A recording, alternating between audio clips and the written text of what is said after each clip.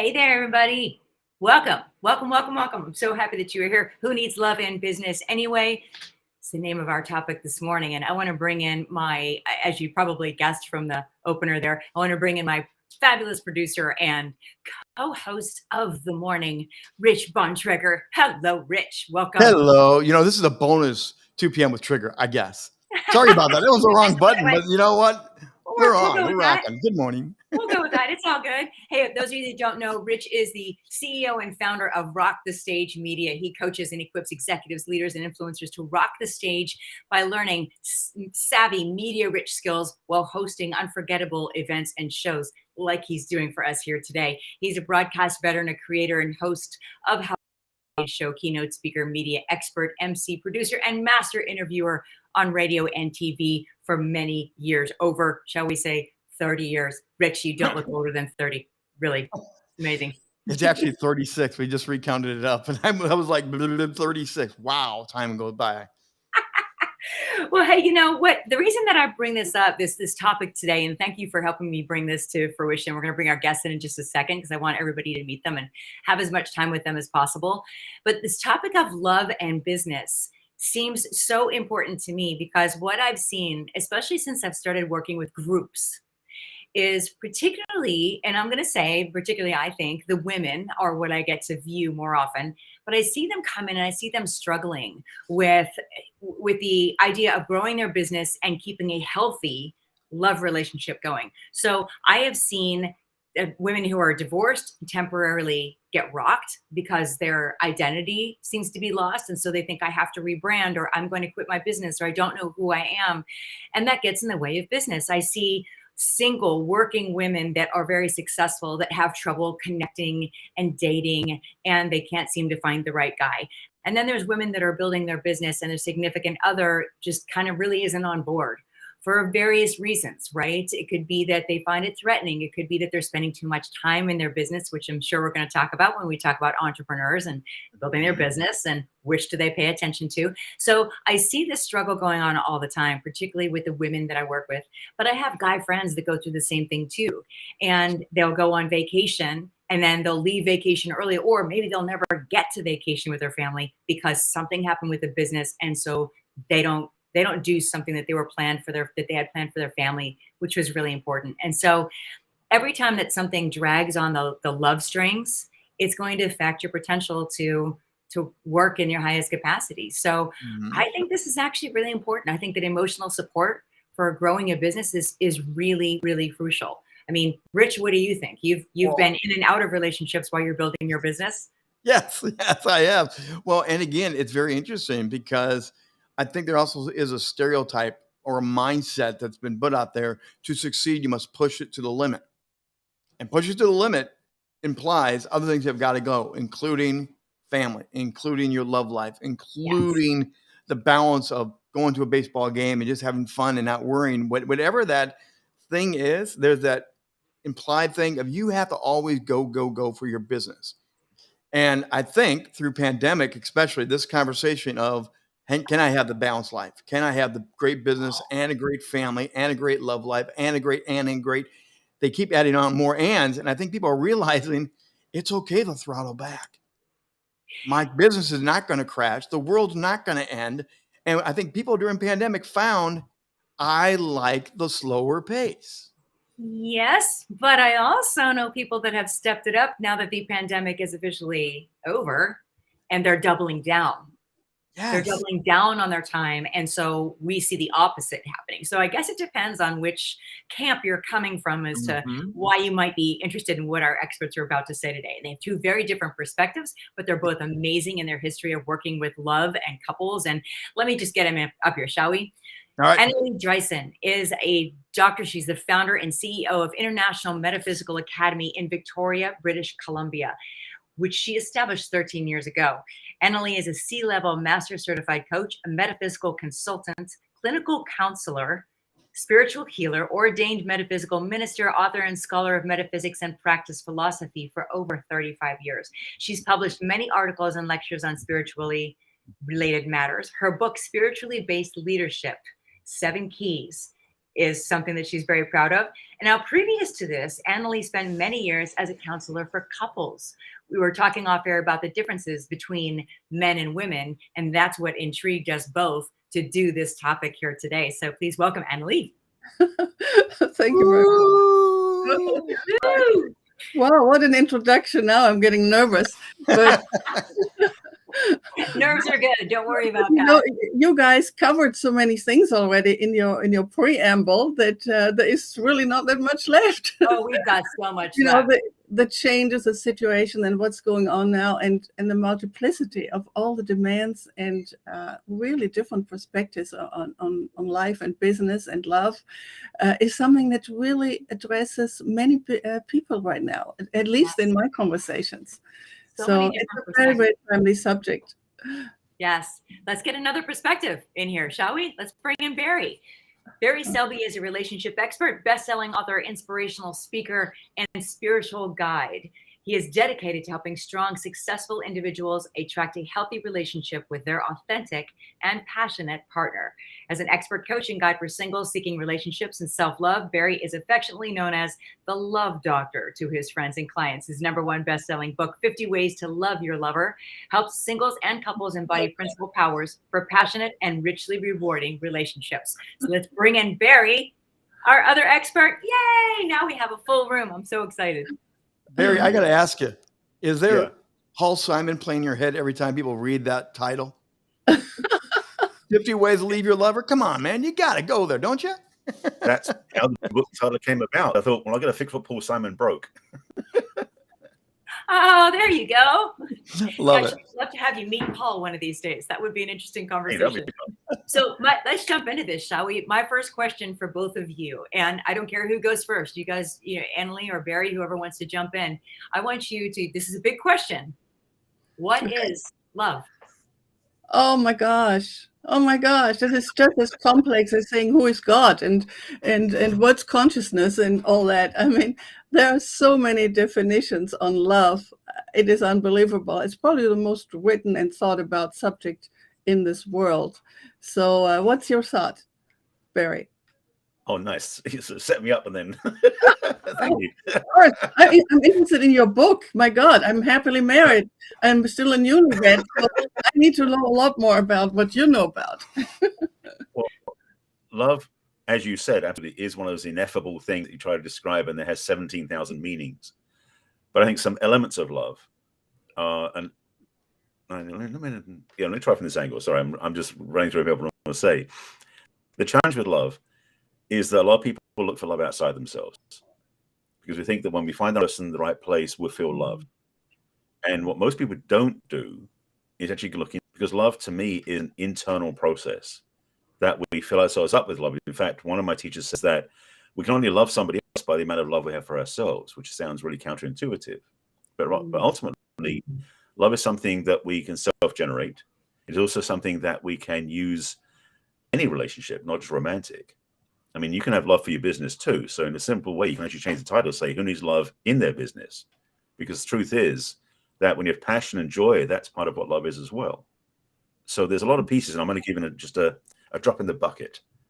Mm-hmm. So back to you. This is a month that we're talking about love. It seems almost nonstop, right? With Valentine's Day and I learned that particularly men, I will say it's probably men spending the most, but last year in America alone, over 23 billion. Is that possible? Yes. No. Yes, it is. Spent on Valentine's Day. Wow. Yeah. That's crazy. But that's appealing to that external love in a lot of ways, right? But it's also, I think it's beautiful. It ties in exactly what you said. It's what everybody wants. It's so hard to define, Anneli, as you mentioned. But when you mentioned something, Barry, about love for ourselves being the level of capacity that we can love other people. So when I mention entrepreneurs, there's something there that I heard somebody say recently, entrepreneurs put the love for themselves in another, they shove it aside. Like Rich was saying, I'm going to, devote everything. And I say, it's almost like you feel like you have to sacrifice everything in order to build that business. And that self-love kind of goes out the window for some reason. Do you see that as part of an issue as far as keeping healthy relationships? Well, I'm gonna recap a couple of things first. My pet peeve with Valentine's Day is it's one day a year. And people think that they can do all their big gifts on one day and then ignore the part of the rest of the year. No, you got to do it every day, frankly. Okay, back to your question. There's the thing, I've been studying the masculine and feminine polarity for 16, 17 years now, because I didn't understand what it was before, and I messed up my relationships because I didn't know who I was in that role. The masculine energy is more single focused. One of the gifts of masculine energy, generally in men, so I want to clarify this.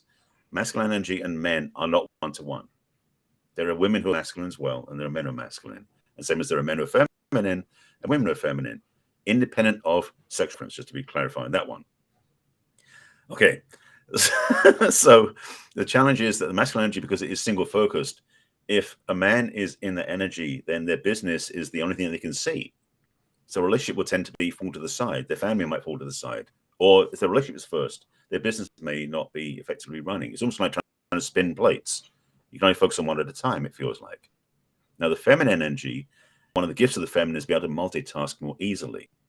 And so when a woman is feminine, or a man is feminine, he can focus on multiple things at once fairly well. The challenge, though, is that business and relationship are such big pieces of the puzzle that it can be hard to juggle or manage both of them in an easy way. So it takes practice to do that. And so for us men, especially, we have to almost be reminded, because we forget, because we get single focused, like blinkers on. Oh, I need to take care of my partner. So ladies, remember, your partner isn't ignoring you. He just doesn't know how to remember to keep in touch with you. So it requires partnership that way. For women, and I've seen this happen over the last 15 years, especially, a lot of women in business have put on the masculine headset, so to speak. They become like linear focused, because that's what they see the business world being done with. Feminine business, still, unfortunately, women tend to lead their businesses from a masculine energetic, which is that single focus again, which is why sometimes relationships in business don't fit together very well. And that's a big piece to chew on there. It is. Anneli, what are your thoughts on this? Well, you touched on what is something that is part or has been part a lot of my counseling work, and that is to help people understand that fundamentally we are different. Women and men are different, and there is everything in between too. And I know this could trigger a lot of controversy, but respond to problems differently as women. And the more we educate each other about who we are and how we operate, the more we can experience love, not just for ourselves, but also for our partner. I remember when I married my husband, Bill, I learned more in those few years about men than I ever knew. Because I think, first of all, I just knew a little bit theoretically, but then observing each other and how differently we respond to issues is quite amazing. And sometimes I sit there and just roll my eyes and say, what kind of creature did I marry? And he does the same thing, so, exactly. But, the thing is that there needs to be a sense of humility as well, to be open to that we are not totally right with the way how we do things, perhaps, and then just ask questions. And as you mentioned earlier, Sandra Dee, I have a metaphysical academy, and we spend a whole day just on love and sex and everything in between, including pornography, including what's it called? No, I'm blank. Prostitution and sex workers and all this kind of stuff. And we talk about the great love, the big love, the true love between people. And I was thinking I would share with you a very short definition that I asked the spiritual world how they could best summarize what love is all about. And I'm going to share it with you. It's really short. I asked, what is the law of love? And what was transmitted to us, the law of love is quite simple. It is trusting and respecting the other person while holding him or her in high regard. These two principles form the base of love, out of which hundreds of other small things will result. And I think about that a lot. And, when I'm sort of a little miffed with my husband, I'm saying, Anneli, do you hold him in high regard? No, And I go through these questions, do I accept him the way he is? No, not right now, But when I spend a little bit of time and think it through, I really do hold him in highest regard. And he is an absolutely beautiful individual. And leading back into the subject of today about work, when my partner knows that I have something that makes the world just a little bit better, much easier to be supported, but also vice versa. So if we have a partner whose true mission we know while they're working really hard and can go on the vacations and can spend money on things that maybe they would rather otherwise do, there is a way of support and love that comes from a bigger place. And that is something I would always like to encourage people to discover and to pay attention to. Rich, you have something that you want to ask. Oh, yeah, no. I mean, these guys are teeing it up so fun. And I've already got a bazillion questions in my head too, but love is a choice. And I think part of the collision is like with Valentine's Day, it's almost forced upon us. You will go buy flowers tonight. You will go buy a card. You will. And I'm thinking, I thought love was a choice. Hallmark turned it into a major corporate thing. Yeah. And for some of us, we do kind of repel. You're not going to make me buy that just because you said it's Valentine's Day. Honey, I do love you, but no, you get no flowers. There's that mindset in you think she can get them the next day when they're 50% off. Right. I love you just as much, but I'm saving us money, honey. See how much I love you? There's that whole idea. But then I'm also thinking of who needs love in business. We're talking so far, which I think it's very important, about the husband and wife, the dating relationship. We're talking about that. What about love in business with your employees, with your team, the respect? Mm-hmm. Is it okay, instead of be the curmudgeon-y CEO, is it okay to show love to your staff and your team and really let them know you guys are killing it? You guys are great. You're the best people in the world. Yeah. Absolutely.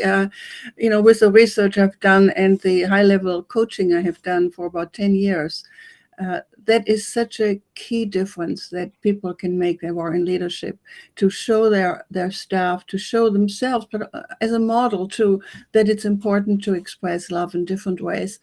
Everyone feels and everyone knows it. And everyone, though, does not know how to show it or connect with that part of their mission that incorporates love.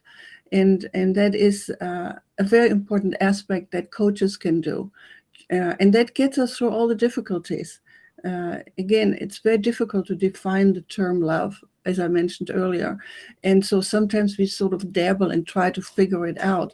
But it's a quest that we have individually to get involved with and to discover.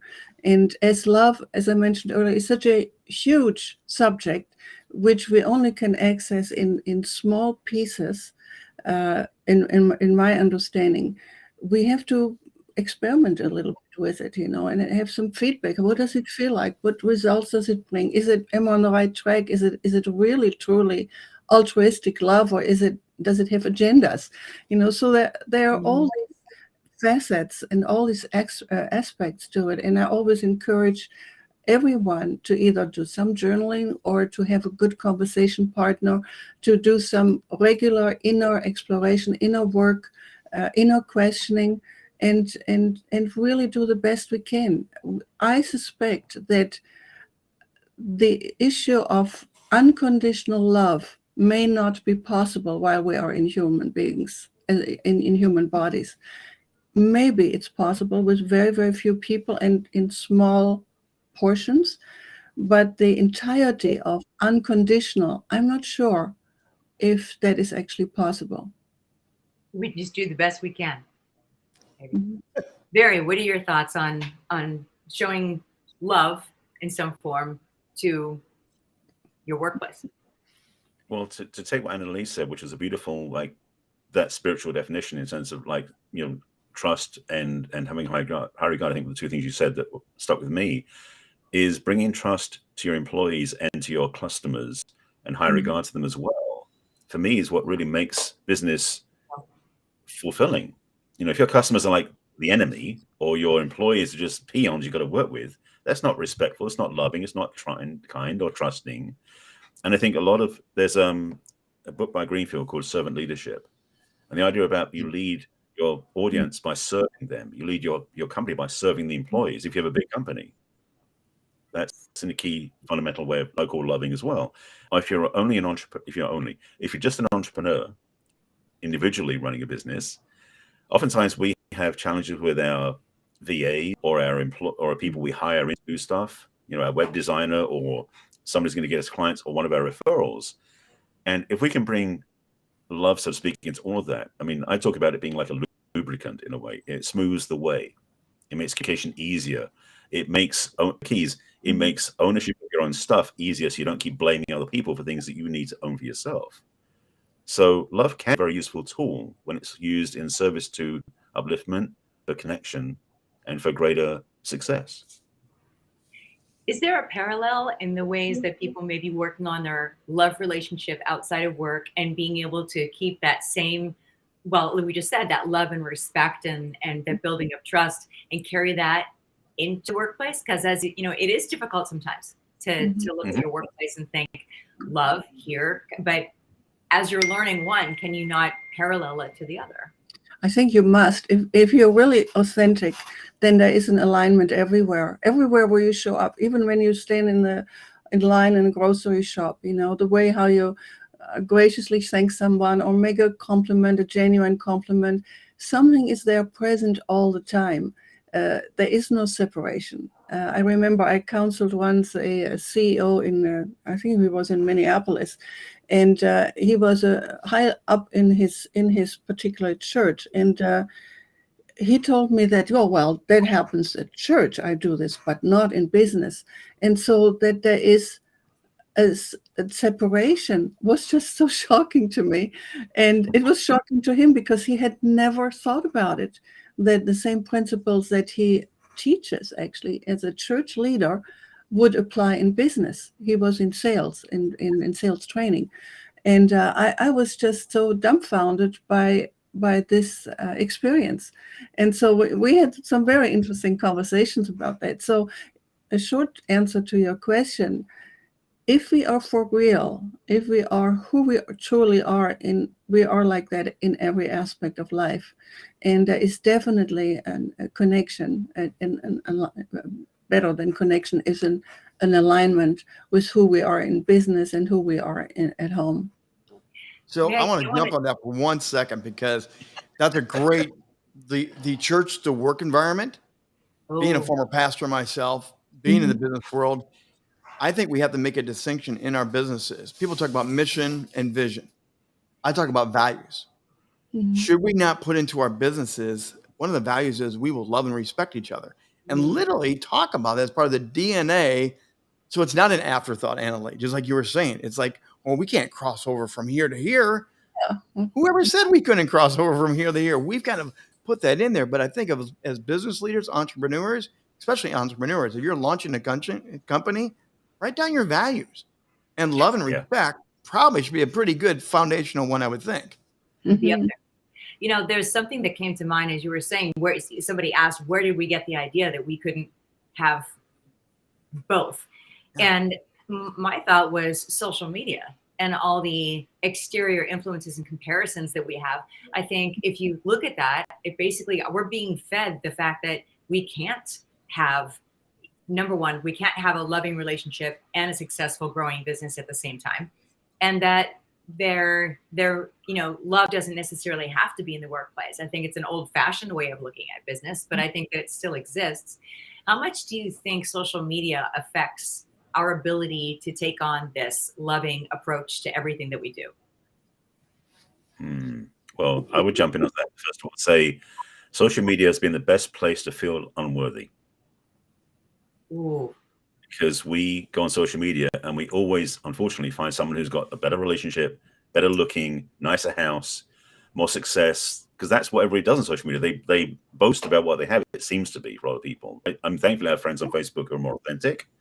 But in a lot of social media platforms, especially I would say TikTok and Instagram. Yes. Oh. Because it's a very visual platform. It really portrays image. So if you're looking through and scrolling through and looking at that, most of us, I suspect, maybe not honestly, but underneath it, we look at ourselves and go, I'm not that. I'm not as good as that, or I don't have what that is.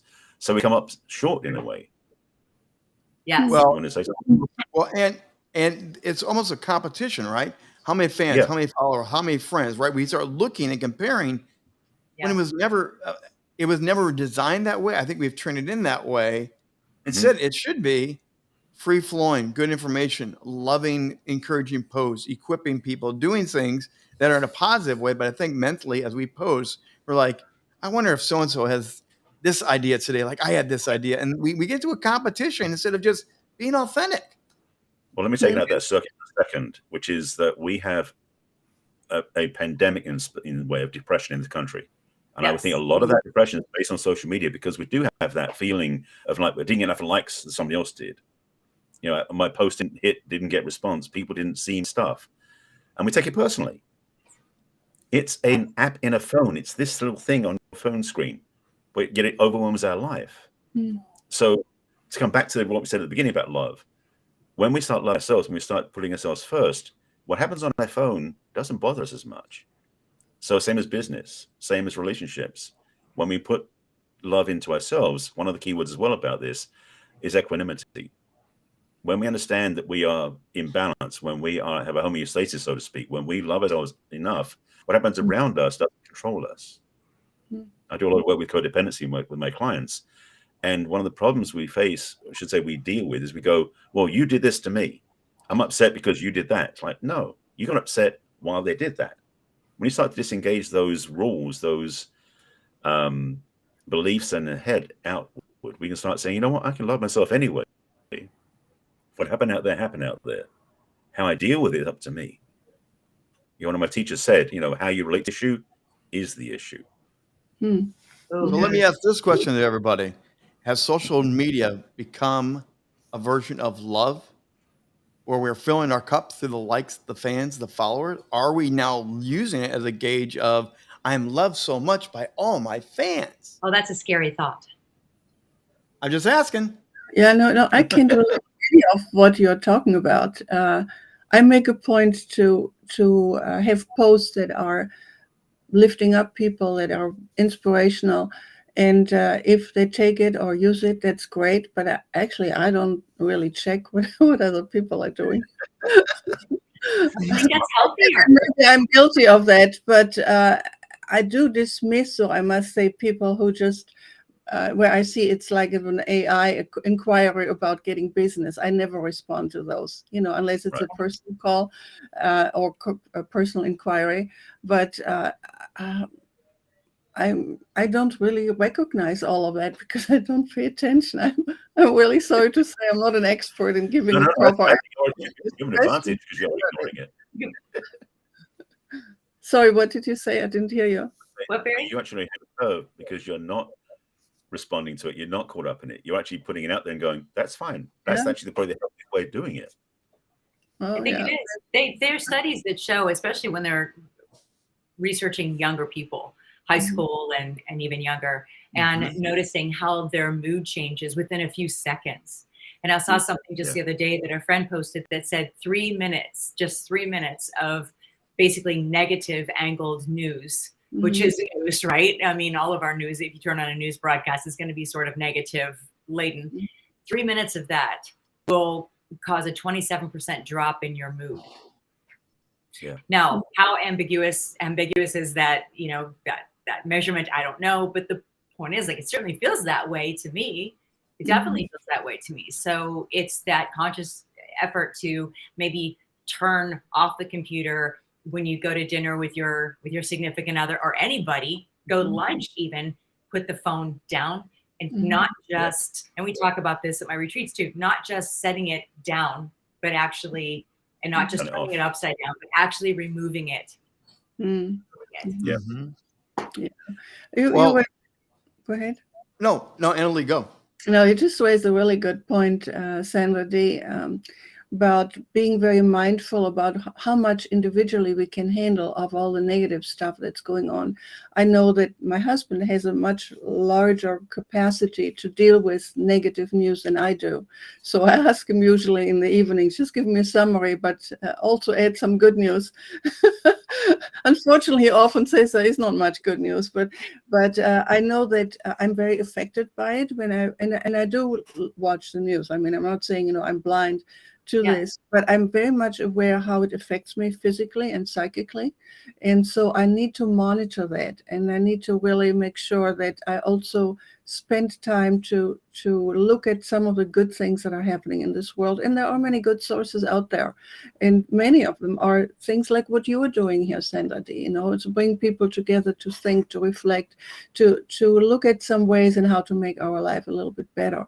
And so there are many, many initiatives of people that, of course, don't show up on the media, or not that easily.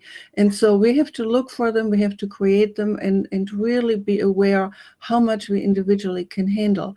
It's highly individual. And what we need to maintain is that sense of self-respect and self-love and self-honor, that you implied earlier, Barry, that we need to nurture. And it is a job, as is a relationship. We often think, when I'm a minister, so I have facilitated a few weddings, and of course, weddings are always a highlight in people's lives. But really, a job starts. It's like a business. You have the same criteria, not the same, but many of the same criteria in a relationship than you have in business. And so it's an added, even though absolutely wonderful gift to have a loving partner, but it's also a huge responsibility, and it's an opportunity to really reflect on my own love for myself and the world. It's an added dimension for more maturity and more spiritual growth. That's how I see the possibility of being or having a partner, whether you're formally married or not. But if you have a committed partner, male or female, doesn't matter, same principles apply in my mind. It's a big job, and it's a huge commitment to oneself to be in a relationship with someone else. So Anneli, you went right to a question that Sandra and I had put on our list for the day. How important is that business and spousal, that love relation? Because you're right, we hear it with our business, and we come home, we go on a date, we do whatever. But how important is it to have that person at least partly connected to you in the business, partly aware of your pains, your highs, your lows? How important is that version of love to the business? It's really extremely important and valuable. Bill, I talk about my husband again, he must be very close to me, but if he would not know and have bought into what the bigger goal is with the Metaphysical Academy, it would be almost impossible to have a healthy relationship, because it is so demanding. It's really who I am 24/7. So it is a high level of integration. And so part of loving me is also loving what I do. So it is that closely connected. And so, yes, it's important. And the values need to be shared. Now, if you have a totally different business, then I know, Sandra Dee, your husband does something radically different from you. But still, if you connect into a deeper purpose for why you do what you do, and how you make the world a little bit better, that makes all the difference. And I know Barry's agreeing with you. I see him nodding his head. And for those that don't know, my husband is a stuntman. So, I mean, similar in some ways. We met when I was an actress and he was a stuntman. So we have some understanding. I think that's an awesome thing, because that industry is really bizarre in how much it asks of you when you're working. And I have an understanding of that. And I think looking at values, I can do the same thing. I mean, I know for him what he needs to make himself happy, and whether he's doing that when he's not doing stunts, he's doing some other radical volunteer work that makes my stomach turn, things like Swiftwater rescue and wildfire rescue, and stuff that just makes me kind of go, okay. But I know that's what he needs. And so it's that understanding of what he values and what lights him up, And Barry, I saw you shaking your head as she was saying these things about having the support. Absolutely. I mean, frankly, when you come home, that's the one thing you really want is your partner to go, how are you? Wants to check in with you, wants to feel like that and be resigned that you're doing something totally separate. Mhm. Speak just with self-exposure, so to speak. I've been single now for 16 years. I'm a relationship coach who's single, just to be clear. The thing is, that also means that when I go out with friends, I've got to be really careful to keep boundaries with that. Because with friends, they may ask you for my advice, and like, unless you're going to hire me, I don't want to give you advice, because then it's crossing that line. Yes. But also, when I go on dates, I'm really clear about boundaries, because the thing is, for me, is that I've said this before. It's like I want to be with somebody who's done their work too, because I've been on this path for almost 40 years, and to have somebody who I meet who's never done any work, we won't even connect on any level. So the idea about relationship and business, same thing applies, is having your partner be aware of, like Anneli was saying, be aware of what you're doing, so they can at least have a sense of heart for what you're up to, compassion for what you do, some care that you take care of yourself as well. Because one of the jobs I would suggest, or one of the recommendations of a partner, is to be very clear that when your partner comes home from their big job, is are they taking care of themselves? That, again, back to the loving. Can they be a reminder, not necessarily that they take care of you, because it's not meant to be that enmeshed, but the fact that they make sure that they don't put pressure on you, like they give you some space too. You have that respect for each other, especially if you both have big jobs. When you come home, one of the biggest challenges is, how do you disengage? How do you recharge? How do you restore? It's collaborative. That's one of the key things in relationships too. Restore. That might lead into what I was going to ask Ness. I was going to give you both of our experts a scenario. And it's a scenario that at least one of my clients has had, actually, in theory, more than one. But working with someone that's female, who was rebranding and pivoting her business, which required a lot of attention. And another was at a point where her business was growing and had the potential of growing exponentially. And she found herself struggling. And actually she said, well, I'm depressed, I'm lacking motivation. And when I came down to it, I said, who's your support team? Like, how is your husband with this? And both of them said their significant others were not supportive at all. And in fact, were pulling away from them at the same time that they're trying to build something. What advice would you give to those partners who feel that distancing happening at home and all they really want is very what you said, to have that support whenever they do have the time for their significant other? Advice? You want to go first? Go ahead. Well, I would definitely advise to really seek some counseling, because it's a very, very small investment in comparison what a divorce would cost. And not only the financial part of it, the pain, the loneliness that is part of that, the frustration, the disappointment, all those negative things that go along with it. It's just not worth it. You know, I sometimes say, if you spend $2,000 or even $3,000 or maybe even $5,000 with someone who's really going to help you, and even if it's just one consultation, you know, it's definitely worth an investment. Anneli, how do you find those? How do you find that person? Because it's such a personal thing, and you've got two people now. So I've been in therapy before, and I've had some I really clicked with and some I didn't. So if you have two people, how do you find the person that's going to be a good counselor for you? Very good question. There are some guidelines that you can look at online. There are some criteria that you can think through, see if it's a match. You can also look into, and I think it's really online, or getting a referral from someone you trust who has experience. I mean, there are ways to doing that. That's not that complicated. But also trust your judgment, your own intuition on that, if you are really a fit. If that person comes across as knowledgeable and experienced and authentic and all that, and that really makes a big difference. But it's really worth it. So if you're not happy with your first round of person, interview 2-3 others, you know, and stick with those that you feel can help you. One of the biggest issues that I have come across, that is often one partner is ready to have counseling and the other one isn't. Usually it's a male who is not interested in counseling. There's something about ego, about, I don't, maybe a bunch of things, but that's very different. And what I always recommend is then see those counselors individually first and see if you click. And the agenda is, see if this counselor or consultant or coach can help you to help your partner or your spouse. it's a different angle of approaching it to make it a bit easier to make that connection. But I tell you, it's really a worthwhile thing to do. I know from my background that a number of people said, not only did we get our issues resolved, but our relation is far superior now than it has ever been. And that is something to look forward to. And I'm sure, Barry, with your work, you would have similar experiences.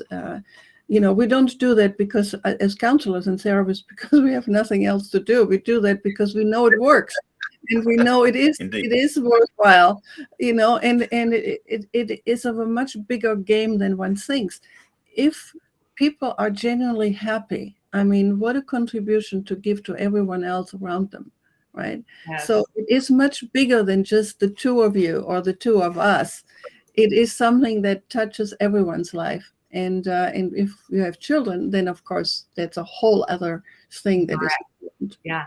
And the people you work with, which is why we started this whole topic in the first place. Barry, what were you going to say? Because I saw you nodding your head and agreeing. And I had to laugh because on my screen, we have the girls on this side and the boys on this side. And when she said the guys have a problem with counseling, we're laughing. So I thought that was the left side of the screen.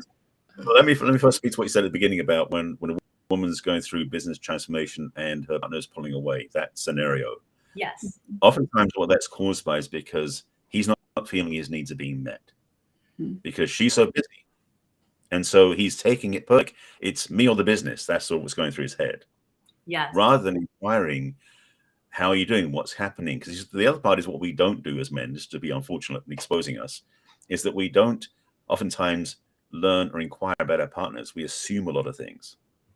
This is one of the challenges. We have to actually stretch beyond our own head and go, what is she thinking? What's going on there?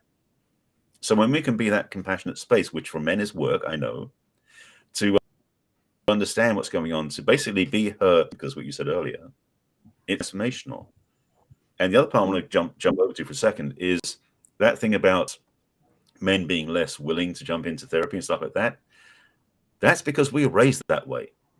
We are told as kids, and there's tons of documentation about this out in the world. There's a movie about it called The Masks We Wear, that we are trained when we're young to man up, don't cry, boys don't cry, don't be a sissy, tough it out.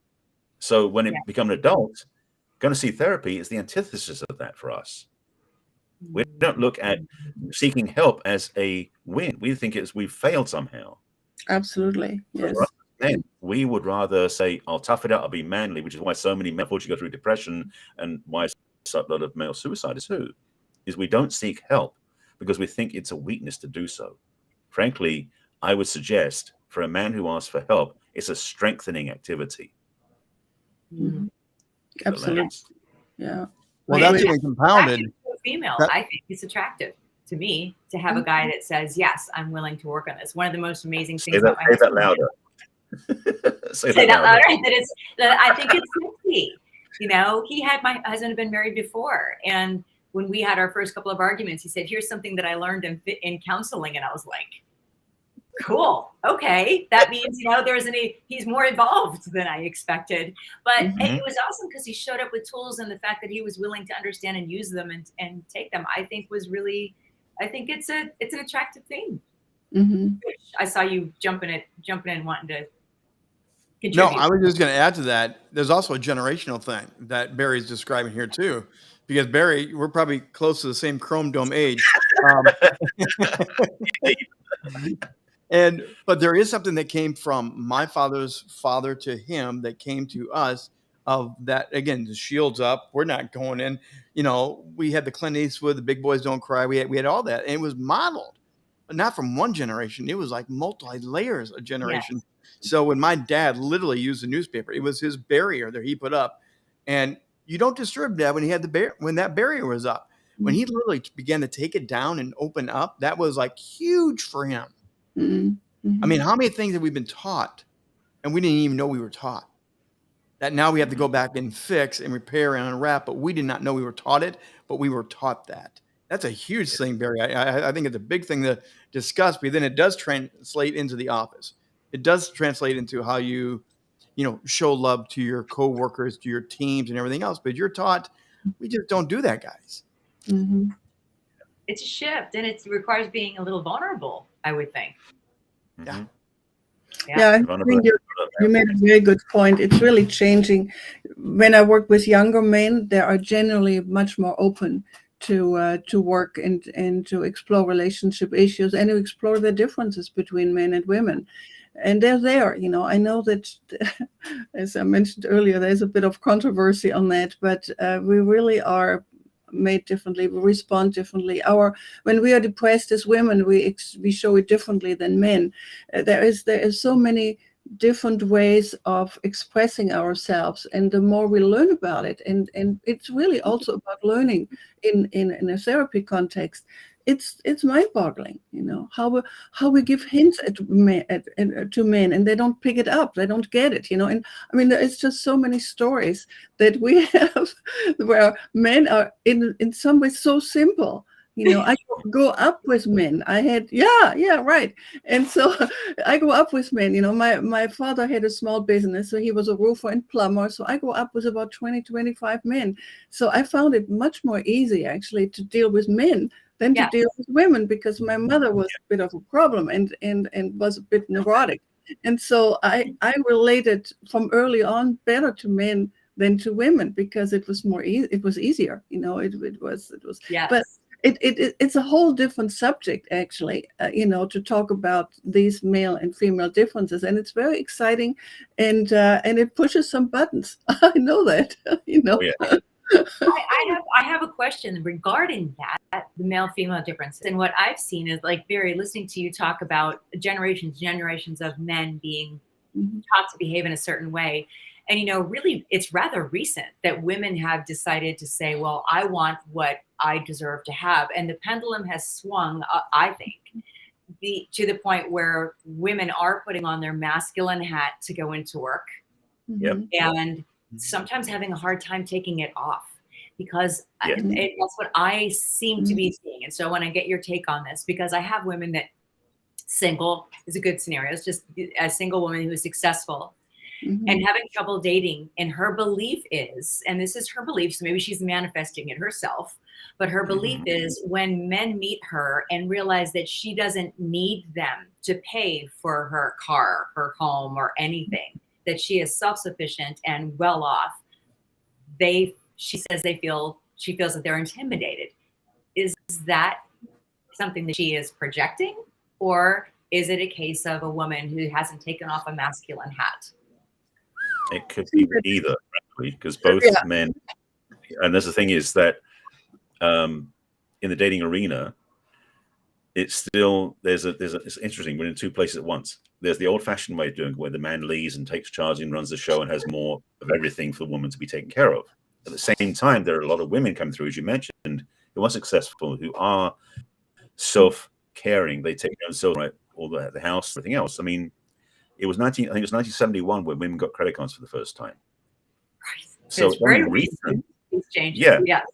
I mean, the evolution of women from the 50s to now, if women actually looked at where they come from, you would see the difference in the transformation. And the challenge is, frankly, that women have worked, frankly, very hard to get to where they are.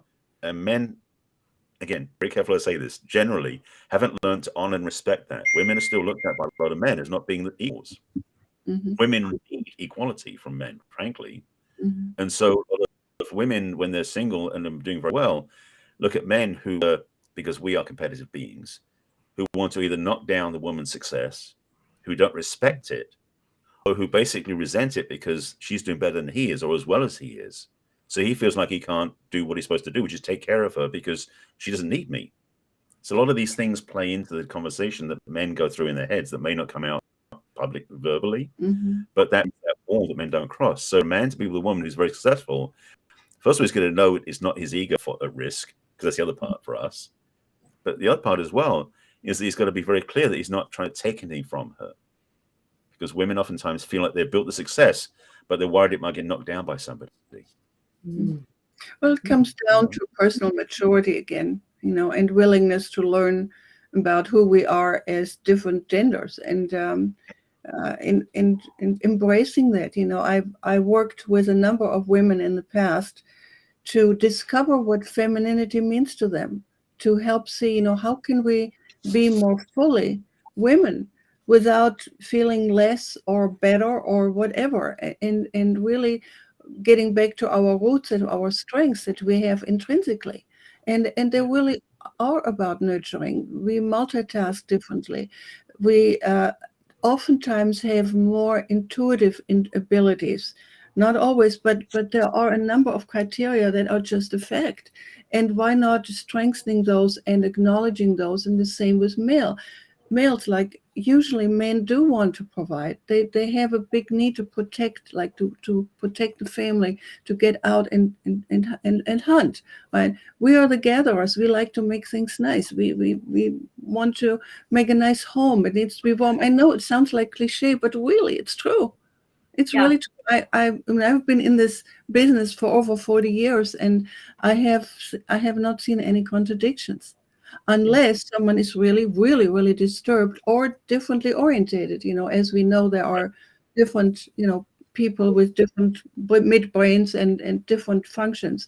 And and that happens, and that's also part of nature to some degree.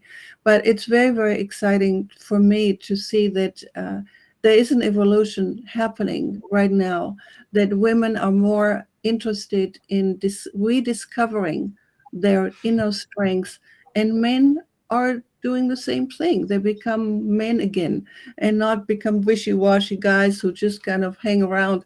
Women want strong males. I know that, believe me. I mean, I have had a lot of exposure to folks over the years, and it is actually a very good development that I see. I'm cheering that over here. Yeah. So Sandra, we're getting close to the end of our time, and I'm curious if we could ask our two experts to maybe, instead of problem solving, give us some tips on how to make it be better in this work, business, love relationship. Would that be okay if we get some concrete tips here? Yeah, I would like to share something. I looked up, I did a little bit of research before our meeting today, and I had some discussions with some people on this, and I came across a short quote from Voltaire. You probably know Voltaire. He was a French philosopher and a bit of a speaker. He was in jail a few times because he really provoked a lot of people. But he wrote something about work, because that's a subject today, and I'm just sharing it as an end for reflection. He wrote, "Work saves us from three great evils: boredom, vice, and need." And if you really reflect on that, there's just a huge amount of stuff in there. So business work is something that's very healthy, that's very wholesome, and that keeps the world going. So these would be my completing comments. And thank you so much for having me on your panel today. Oh, it's been so fun. Barry, how about you? I don't have any quotes handy or great poets to read from, sorry, but I will say a couple of things. Give us a Barry quote. Give us the Barry quote. Yeah. Well, one of the biggest lessons I've been learning and teaching and working for a long time is don't take things personally. And in relationship, like you were saying earlier about women in the very successful business, they wonder why their man's pulling back, is inquiry, asking, finding out what's really going on, because we don't often do that. We make assumptions and we blame, get in this place of resentment when nothing actually happened, or at least nothing that really affected us does. So if we can take the time to stop and to go, hang on a second, I'm feeling off. What's going on here? What am I thinking about them that may not be true? Can I check my partner? If you do those simple steps, I mean, this is not just about business, but every part of a relationship. Yes. Yeah. If you do those simple steps, you'd be amazed how much your relationship can improve. That's a whole nother hour-long conversation, Barry. That one statement right there, you just blew up the can all over again. I know. I was watching your face, Rich. You were like, oh man. You did ask.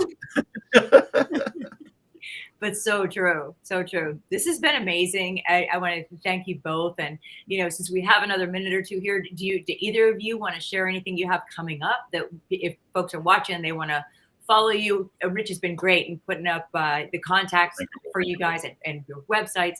But is there anything coming up that you want to share? Well, actually, I have a new program that I've been developing for quite a while now that's launching shortly, which is basically called Love After Heartbreak, because most of my single clients have not always done the work to heal that heartbreak. So if anybody's interested in finding out, I've got a wait list right now. I don't have it launched, but I have a wait list on my website, which is my name, barryselby.com/loveafter. You can just sign up there and I'll get in touch with you and recommend more information, how we can work together. So that's my big news coming up. Also, if you hit the QR code right now, that's Barry's code right there. Hit that, learn more about Barry. Boom. You'll be able to connect deeper with him. So please grab that. Anneli? Well, thank you. As you know or may know, that what I live and breathe is the content of the Metaphysical Academy. It's a most comprehensive 5-year study for people who are really serious to acquire knowledge. It's not just a feel-good spiritual entertainment kind of deal. It actually saves people's lives. And for any leader, for any parent, for anyone who influences anyone, which is pretty much most people, we need to find ways to help survive. And this was an insight that I just had fairly recently. It's much more than knowing more and being better and all that. What we're heading for now is huge. And we need to have the skills and the consciousness and the awareness and knowledge to get through that really well. And love is the key drive for all of that. So true. So true. So true. Thank you so much. And I'm so grateful to both of you being here. And for, as you alluded just a second ago, we need the light in the world that the both of you bring. So this has been awesome, and it's been an honor to have you here and share your wisdom. And I know some of these things I want to dive so much deeper into with both of you. We can be here all day, but I do encourage people to connect with you. Absolutely, connect with Rich and I. Rich always has things going on. Rich, what's the next thing you have coming up? Throw something out there. 2 p.m. with the Trigger coming up today. I'll be back on the air streaming out, and I'm going to talk about AI and the impact of AI. And that's a whole landmine. So, Barry, if you want to come back and throw more gasoline on the fire, please do. But yeah, we're going to talk about AI and how it impacts now the speaking, the broadcast, our world. Sandra, you're my world. Definitely will have a shift with AI coming. Wow. Awesome. Super excited. And as for me, I know, thank you, Rich, for putting out my website there. Great way to get a hold of me. Find me on social media as well. LinkedIn here, I'm on all the time. So message me here if you have any questions at all. Yes, Rich and I do similar things, but we just want to make sure that we help everybody shine their light like our guest did here today. And if that's you and you have a topic that you want to get out into the world, reach out to Rich, reach out to me. And I'll be doing another panel discussion actually Rich and I are going to be doing this together. In April, we're going to be talking about sustainability in our lives and in business. It's celebrating Earth Day. And I have been an active conservationist and active in protecting wildlife since I was literally 3 years old, and I can prove that. So I'm looking forward to the show in April. For that one, we're going to do a discussion like this, and then we're going to actually move people into a private space where we're going to be sitting with our guests. If you have something special to talk about on that topic, message me here in LinkedIn, send me an email. Smoke signal might not be the best way to go, but I'll look for it anyway. Find me any way you can and let me know what your specialty is, why it's so important for you to talk about this in the month of April around Earth Day. So thank you guys so much for being here. Thank you, Rich. You're the most awesomest producer and co-host. This is fun, but before we let us go, what was your biggest takeaway today? Because it was great. They were both fantastic. There was so much stuff. What was your biggest takeaway on this? I took notes. You know, I'm like our friend Francois from our interview series. My wonderful Francois. So I took notes, and he's got, I can't keep up with him. He's got pages and pages of notes. But I did take some notes. One of the takeaways was realizing that yes, a healthy love relationship does support. You want it to support your work life, but that you are the same person in both. So however you are loving in your life is the same way you should be loving in your work life. So if there is kindness and trust that you are going for in everything, like Anneli said, when you go to the grocery store, gosh, that was such an eye-opening thing for me. Somebody mentioned that to me years ago about, do you actually see the person that's checking you out? And I mean checking you out with the groceries, not checking you out. But do you see the person that is the checkout person? If they say, how are you? Do you even give them a real answer? Do you look them in the eye? Do you acknowledge that they exist? That right there is kindness and respect for another human being. And I was missing that opportunity. I really was. I was your typical just going through, throwing stuff on the belt. Thank you very much, and leaving. I'm like, this person is this is their work. I can make their work a little bit more pleasant by letting them know that I see them and that I appreciate them. And that alone was the first step for me to start to change how I show up. And I'd like to think I'm like that all the time. It's a work in progress. I admit it, but I try to be really kind to people that are doing their job and thank them for it. And the same way, if I have people working for me, I hope that I try every opportunity to thank them for the great job that they're doing. That's Sandra Dee Robinson. She's the host, the creator of these amazing events from the Unbridled Life. And again, mark your calendar, April 13th. We will be back again to do it all over with a new panel with a lot more fun. Until Yes. then, I'm Rich Bontrager, Sandra Dee. Have a Sandra great day, Dee. everybody. Thanks, everyone. Bye.